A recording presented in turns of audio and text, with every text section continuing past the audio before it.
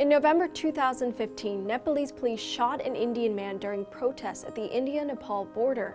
These protests were sparked by Nepal's new constitution, and since August have led to the deaths of more than 40 people. The constitution has also been named as the reason for a potentially deadly blockade of fuel, which was reportedly enacted by India. So what exactly is going on? Is India sending Nepal into a fuel crisis? Well, Nepal is a landlocked state, bordered on one side by India and on the other side by a relatively remote part of China. India is responsible for more than half of Nepal's trade and all of its fuel, but since September, fuel has not been getting in. The whole situation is a little unexpected. Following Nepal's devastating earthquake in 2015, they received major support from India and grew closer as allies. But by August, their relationship began to falter. Nepal's contentious new constitution was being fast-tracked, to the dismay of both the Indian government as well as an ethnic group known as the Madhesi people. Madhesis are culturally close to India, and while they represent about a third of Nepal's population, the new constitution would underrepresent them in parliament. Before it was passed, India sent in a list of amendments which would have given those minority ethnic groups greater power. India warned that the marginalization of those groups would lead to violence in Nepal, but the amendments were not taken into account, and the constitution went through with 66 members of the Constitutional Assembly refusing to vote in protest. In response, Indian officials reportedly ordered border guards to search all trucks entering Nepal, blocking the flow of fuel. India's oil corporation has refused to refuel Nepalese trucks, and all trucks trying to get into Nepal are lined up on India's side.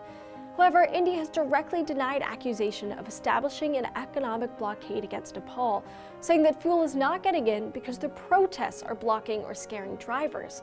Of course, India's reluctance to admit to a blockade is not surprising.